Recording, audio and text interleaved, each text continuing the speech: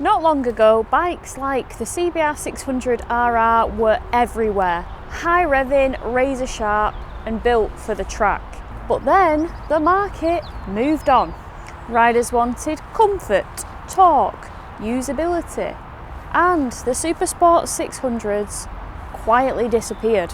Now though, with the likes of Honda and Kawasaki bringing the 600 supersport market back, it raises the question, is there actually still a demand for them, or should they have been left dead and buried? That's what I want to find out today, so keep watching.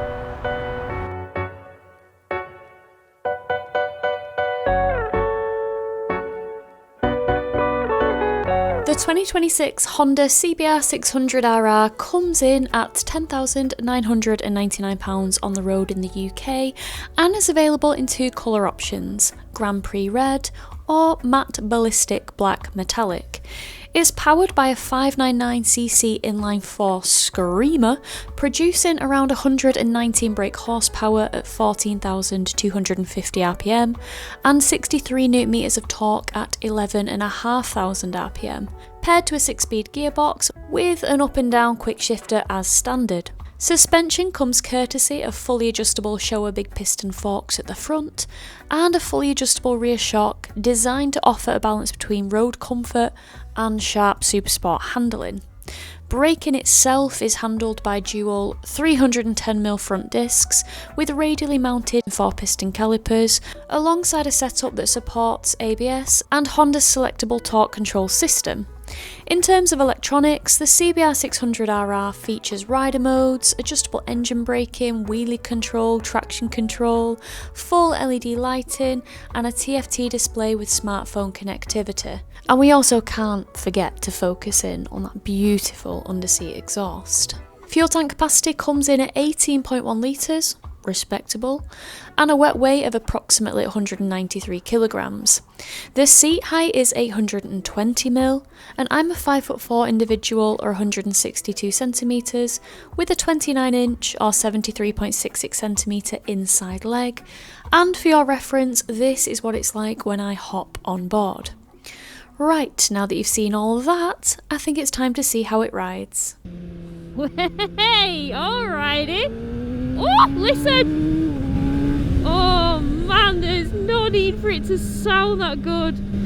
Right guys and girls, so I am out on Honda's CBR600RR and what a treat, because to have a modern and a new inline-four Screamer like this is so rare these days.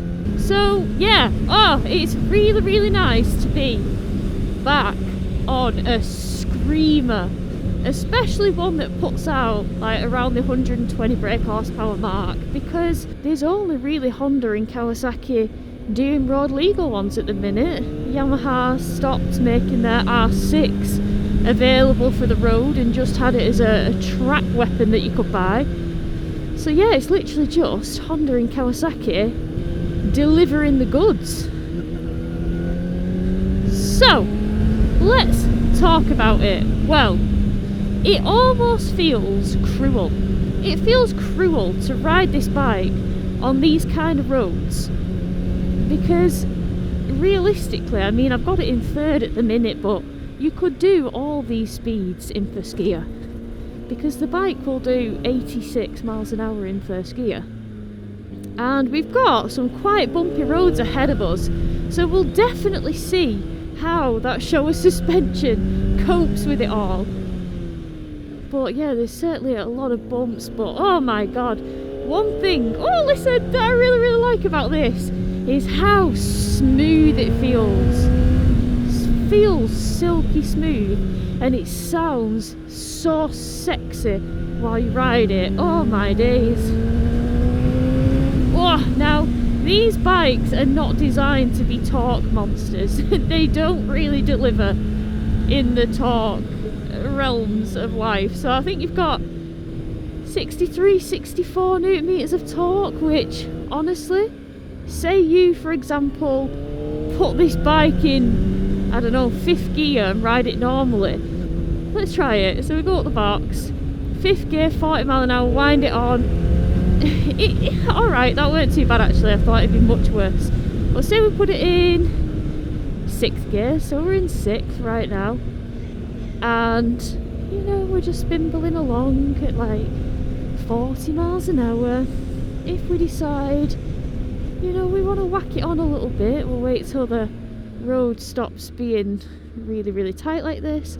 But yeah, so I've dropped down to 28 mile an hour, we're in 6th gear. You wind open the throttle and it does kind of feel like you're on an A2 bike. So yeah, you really, really do have to ride this bike low in the gears to really get the most out of the engine and the sound, the audible delight of the beautiful exhaust that's under the bootay. We love an under the butt exhaust, like barely anyone does them anymore. So this is quite tight, the brakes are beautiful, but it sounds so good. Oh, it's real nice when it picks up, real nice.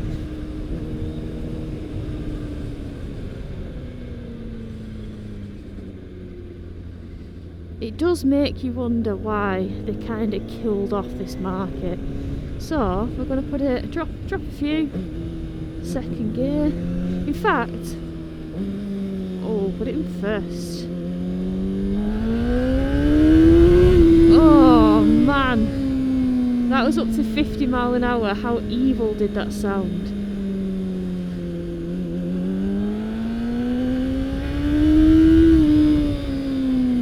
So, at first I was a little bit confused about what the modes meant. So I dropped Ian from Honda a cheeky voice note saying, Ian, mode 1, is that full wah mode? And he said, yes Kate, that is indeed full wah mode. P is at 1, which to me, 1 seems low and weak. But actually, when you see 1 with Honda, it means like full power, especially when it's under P.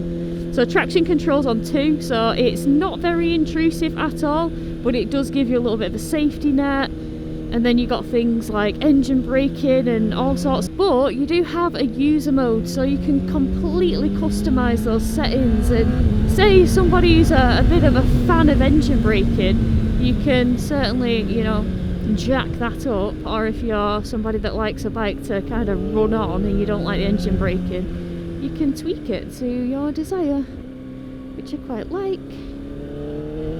Oh, it sounds good though, doesn't it? Got to be a bit careful around here because you never know when Dolly's going to leap out at you. Oh man, sounds good. And you know what, it's silky smooth. It's so silky, the engine's silky.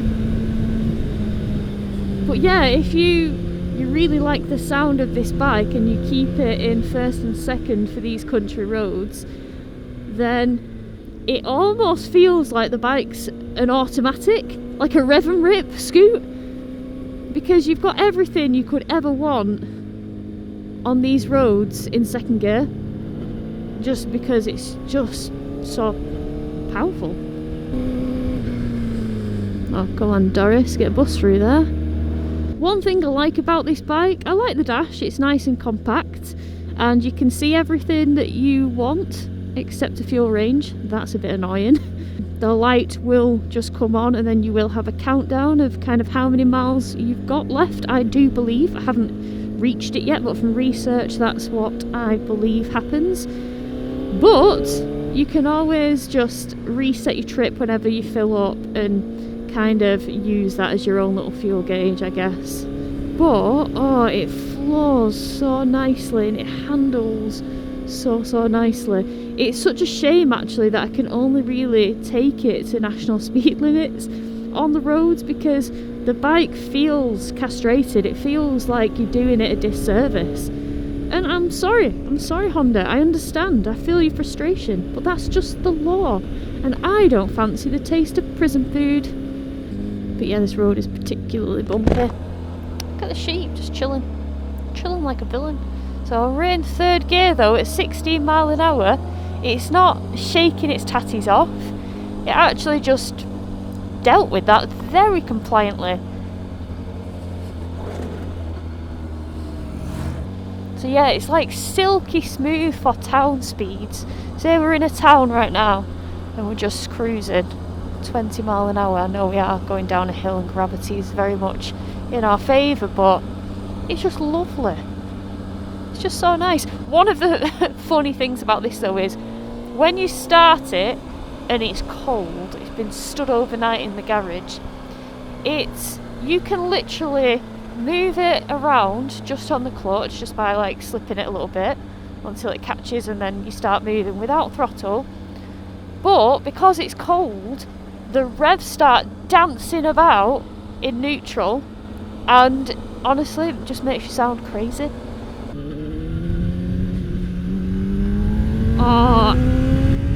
It's a handling machine though. It handles so good. Jeez Louise, I do love how this bike handles. I had the opportunity to ride this bike over the mountain at the TT where there's no speed limits, and I published a vlog on that, and it kind of went under the radar a little bit, so I didn't get many views. But because I can only take this bike to legal speeds, it will actually be quite nice for me to insert that lap. So you know what, I might insert the lap here so you can watch it. If you're not interested in it, then feel free to skip it, because I'll pick it back up when I'm back on this road. So yeah, we'll jump now to the lap of the mountain at the TT. Oh, just up here. Yeah, boy. Man, I'm excited.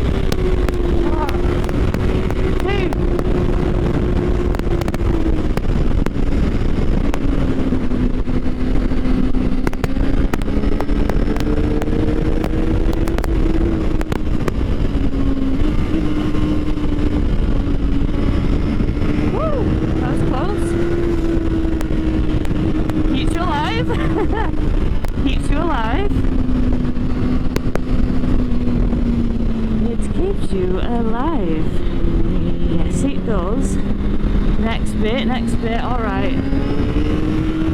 Let's have it. Let's absolutely have it.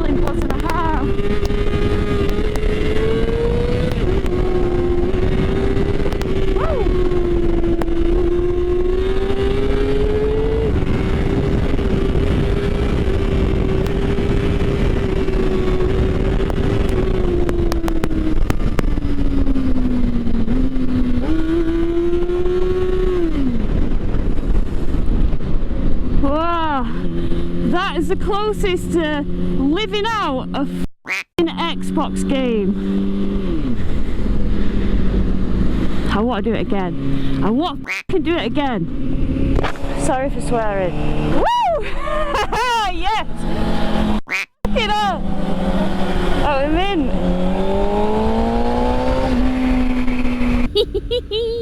Oh, guys, I hope you enjoyed that. I know that when I finish that lap, my legs are shaking with adrenaline. And my legs are shaking. And it's funny because the guys at Honda at the TT got me a Windy Corner mug to honour my epic battle with the Fireblade on Windy Corner. So yeah, that was fun. That was so much fun. Absolutely loved it. It's nothing like the Isle of Man. And obviously you go there and you have a little rip around, knowing full well that you're not even scratching the surface of competent levels that the racers actually have. Ripping round at horrendously scary speeds. And yeah, it's just mental. And being able to go over there with no speed limit and it be completely legal just gives you a little bit of a taste. Okay, so we've got a big ass hill. Third gear. I've got to say, one thing I do like about this bike is the suspension. It's Showa and it's adjustable, but from me jumping on it straight out of the box, it's definitely like, I don't know, it's composed, but it's not smashy. Does that make sense? Like, you can go over a bump and it'll handle it, it'll just deal with it, but at the same time, it's not like jarring like your fillings of Fallout. It's not like a Street Triple 765 RS fresh out the box, if that makes sense, because that suspension is mentally firm, like proper track focused. But this is actually, it's just a lovely feeling. It's a lovely feeling. The clip-ons don't feel massively aggressive.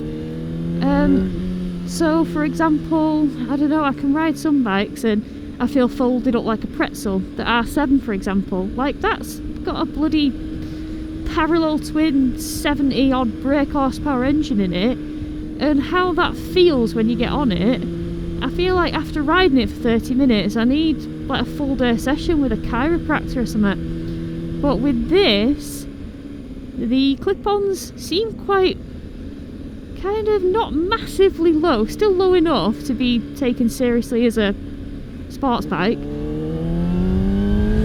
Oh, but yeah, they feel dead wide too, which is a nice feeling.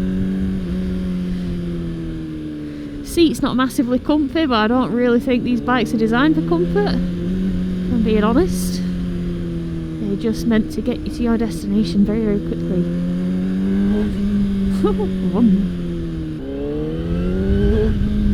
The brakes on this are so sharp, like they've got some good stoppers on this bad boy. Ooh. So from 30 mile an hour, drop it into second as we hit the national.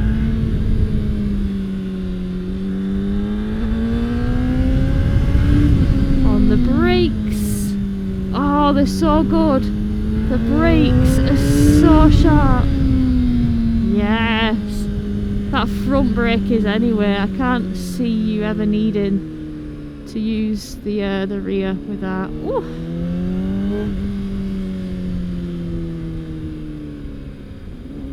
Yeah, you do try and use the rear brake and it isn't massively sharp, it's a bit soft. But then again, when the front brakes feel like this, I suppose that's just an extra little... If you're running out of front brake on this, I dread to think how fast you're going on the road, because that front brake is all you'll need. Save on rear pads. Whoa, look at the cows! Look how cute they are, cute patooties.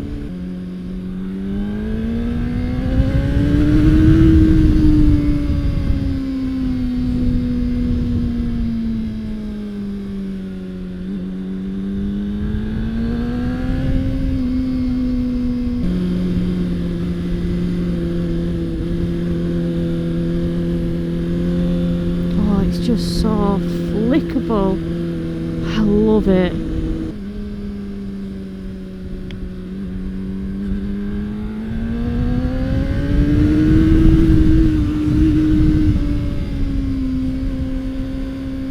Gets hot. It gets quite hot because of that exhaust positioning. So I do have toasty legs right now. I am wearing jeans, however. You can imagine if you're in something a bit thicker it wouldn't be too bad.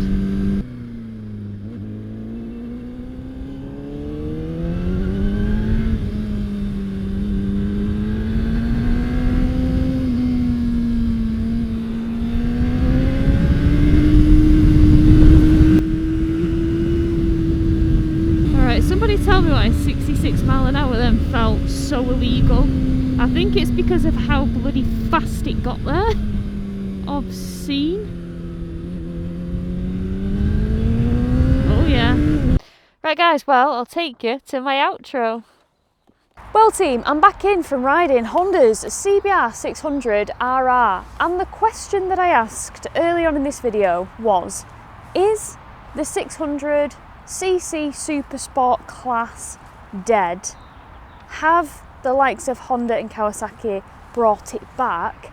And is there a place for these bikes, or should they remain buried in the past?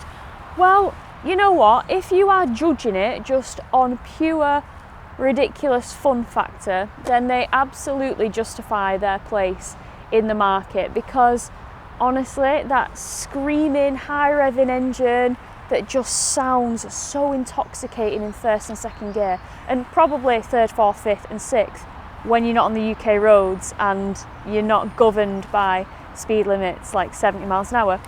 But based on that factor, yeah, you know, it's absolutely got a place. But I can see an argument for, you know, practicality, usability, comfort.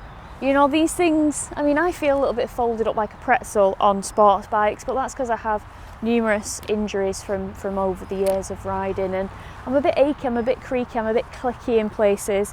And for me, if I wanted a bike to ride every single day, then it would probably be more something like, I don't know, a CB600R or something like that, something more upright. I do quite like the parallel twin soft sports, but I do understand that they are not for everyone, and there are people that aren't fans of them, and for those people this thankfully it exists now. But yeah, do you know what? If I just had unlimited funds, it would be mint to have something like this in the garages, like a Sunday Screamer, a Sunday Blaster. But the problem is, for me, is with this kind of bike, with this kind of engine, if you're riding it to the legal UK speed limits on country lanes, you're just living in second gear. So it almost feels a bit like a rev and go, because you're straight up to 70 in second gear. I mean, you can do it in first if you really want to hear it sing, because it'll do 86 in first gear, as I found out the Element TT, as you saw. But yeah, I don't know, I love the bike. I think it's brilliant, and I'm glad it exists, because it is an option for people that do just live, breathe and eat the sports bike life. You know, it's not as expensive as a Fireblade, you know, it's not got as much brake horsepower as a Fireblade, so it's gonna give you more of a chance of keeping your license. However, I say that so loosely, because you can do silly speeds on this, and very quickly as well. So, you know, it's cheaper, it might be cheaper to insure.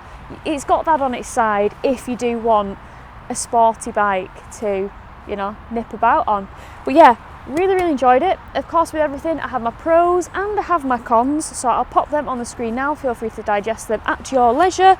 But yeah, it's been really fun, and it does feel a bit naughty riding this. It really does. Yeah, that 119 brake horsepower on the road, you know, is nice, and this is a bike that demands to be revved, because it doesn't have much torque. And if you're, you know, say doing like 30-40 mile an hour and you're quite high in the gears and you whack it on, it does take that time to pick back up. So it does benefit from being highly sprung and low in the gears and ready to go. And when it is ready to go and primed, it's fast. Alright team, well, I hope you've enjoyed this review. I've enjoyed filming it, as always. Get to ride a sexy, stealthy sports bike and live my best badass life, which, you know, I've come a long way, haven't I, from my granddad R1200 GS to riding a blacked out CBR600RR, but here we are. And yeah, I'll catch you all on the next one. Take care.